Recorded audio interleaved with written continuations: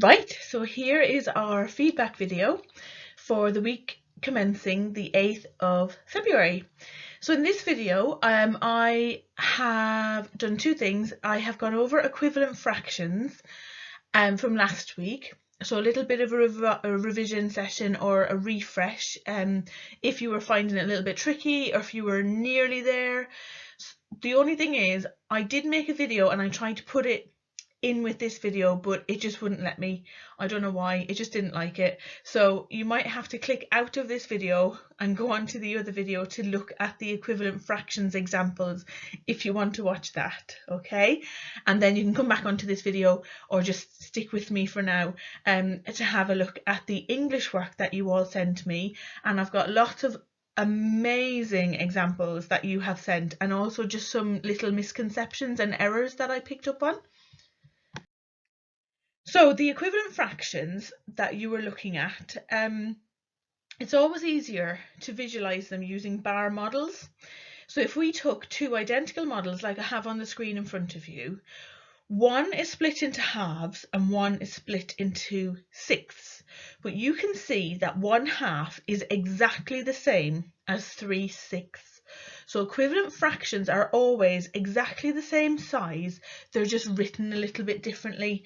And if you go back out into the other video, you're going to see, I've given loads of examples, but I've given examples of how you can find them quickly and easily using your times tables and multiples. So go and check that out if you want, either now or you can do it at the end of this video. Okay. Right, English. Your dragon poetry, your dragon themed poetry using figurative language, everything you sent to me, year 5, was absolutely brilliant, and thank you for putting so much effort in.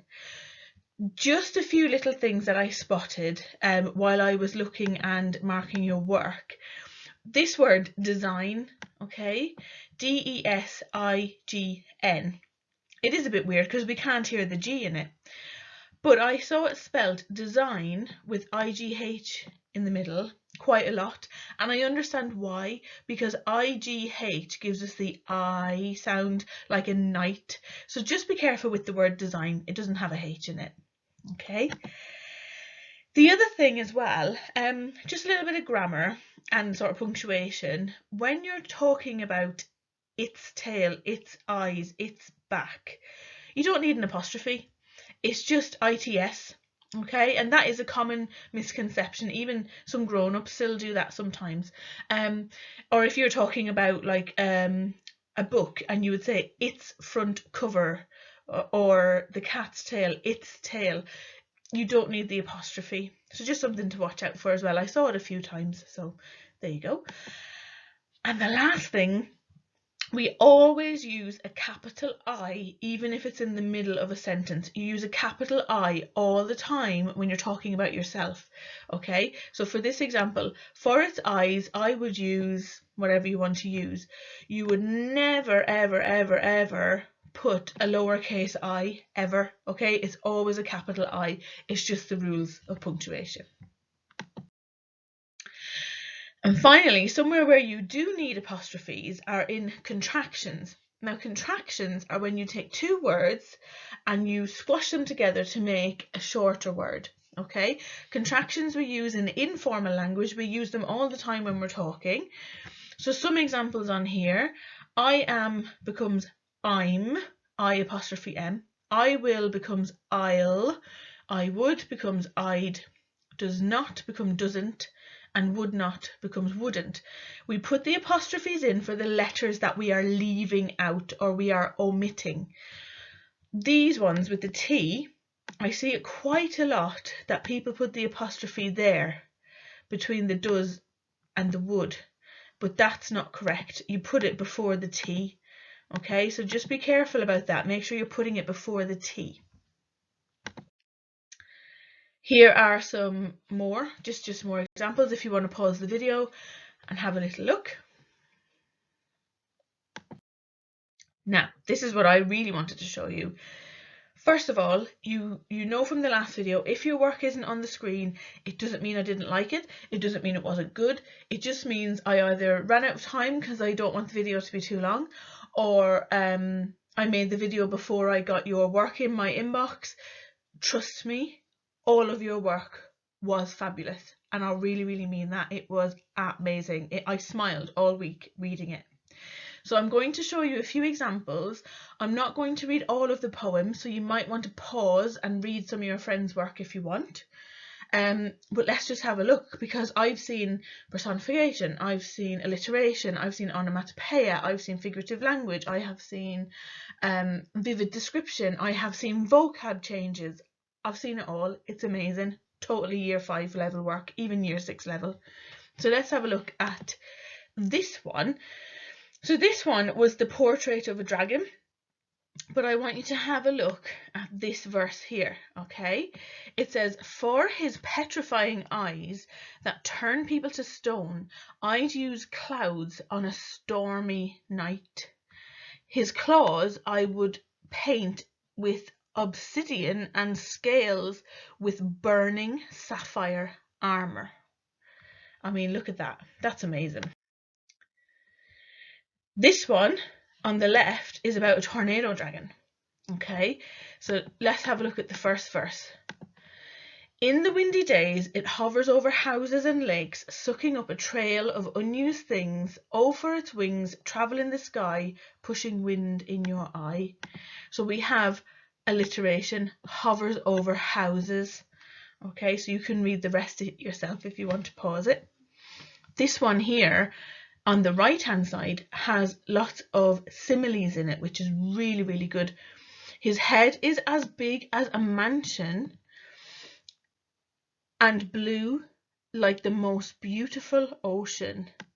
Like molten glass, his eyes shine bright like the sun on a summer's day. Two fantastic similes in those two verses. Okay, so you were doing two types of poems. You were doing portrait of a dragon, and then you're also doing personification poetry as well, where you had to choose an element or a non-living thing and try and give it human characteristics. So this poem on the left is looking at stars and personifying stars. Now, not only did you have to try and remember personification, alliteration, onomatopoeia, vivid description, all of the vocabulary, this person also managed to make it rhyme. Now, making poetry doesn't have to rhyme, we know that, but making it rhyme as well as all the other things is amazing. So let's have a little look at the first two stanzas, or first two verses of this one. This person personified stars. So around the world, stars like to fly, bringing joy in the dark night sky. Behind the clouds they like to hide, but being found is not their pride. They like to hop like a bunny, they really enjoy it, they think it's funny. I mean, how amazing is that? Making it rhyme at the same time, huh? You get it? And then let's have a look at this one on the right. I like this one because there's alliteration in this one as well. It's when we were creating a dragon from nature and everything around the world. For his back, I'd need a gargantuan cliff of rugged rock as black as night, which shimmers like a jewel. So we had rugged rock, which is alliteration, and shimmers like a jewel, which is a simile as well. You can read the rest yourself. Actually, before I move on, I've just noticed there are really good adverbials at the start as well. So amazingly, finally, frighteningly. This one here on the left, we can't really read it, which is a shame, but it doesn't matter because we can see how they worked on their planning process here. They wrote their poem and they illustrated it with some labels, so that was really good. And then here on the right, we have about a rain dragon. Like a cold autumn morning, he comes from the sky, fills up the puddles and splashes into the mud. The soothing sound puts us to sleep, gentle pitter-patter through the night. Then he wakes us up for breakfast with a loud bang of thunder. So I like pitter-patter because it's alliteration, but it's also onomatopoeia, because onomatopoeia is a sound effect. So that's really, really good.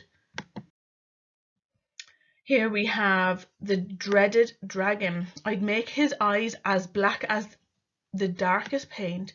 His teeth would be many, many swords, sharp and glinting bright. So the first one is a simile, as black as the darkest paint. And the second one is a metaphor. His teeth would be many, many swords. So they've used a metaphor. And then here on this side, we have again, vivid description, lovely. In wings I saw the tropical turquoise sea of my dreams. I mean, how beautiful is that? And this last one, someone personified snow as a snow dragon, and they were so inspired that they made a snow dragon cake. Look how artistic that cake is. It looks delicious, too good to eat. Okay, it's amazing. So, and they also made this one rhyme as well. So here we go. Without a care in the world, the snow dragon swirls. She twists, she drifts, she tumbles, she twirls. With a whoosh of her wings, all is covered in snow. No school today, the children play below. The snow dragon's beauty is haunting and pure. She chills, she thrills, she bewilders, she allures. Slender and silvery, the dragon stands tall, her scales cascading into a frozen waterfall. Just amazing. Just fantastic. All of you are just really, really good. So finally, I just want to say thank you for working so hard last week on your poetry. This week we are sticking with dragons, but we are on descriptive paragraphs. So we're using what we learned last week in this week, but I have thoroughly enjoyed. So well done, all of you. I'm so proud of you all. So thank you. And especially in school, I know you were working really hard in school as well. So thank you so much, Year 5, and keep up the great work for the last week before half term. Okay, can you believe it? I'm also going to give you some extra links if you want to watch them on BBC Bitesize about using apostrophes and contractions, and I have some more equivalent fractions learning pages if you want them, if you were struggling with them. Okay, so have a great week. Thank you for working so hard. I hope you enjoyed sharing the work, and have a great day.